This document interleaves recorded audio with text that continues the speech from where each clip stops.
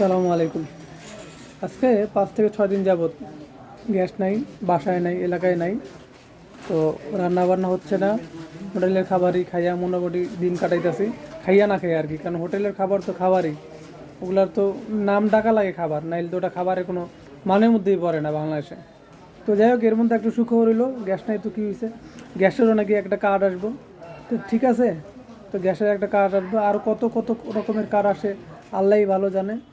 প্রবাসী ভাই আমাকে 17 বছর যে আসিল বাইরে প্রবাসী আসিল, ভাইয়ের আই হ্যাভ এ প্ল্যান, এটাও একটা প্ল্যান। ঠিক আছে, তো এখন আমার মনে হয় যে আরেকটা কার্ড বানাইলে খুবই ভালো হয়, কারণ ঢাকা শহরে তো 2 কোটির উপরে লোকজন বসবাস করে। সহবাস নেই কিন্তু বসবাস।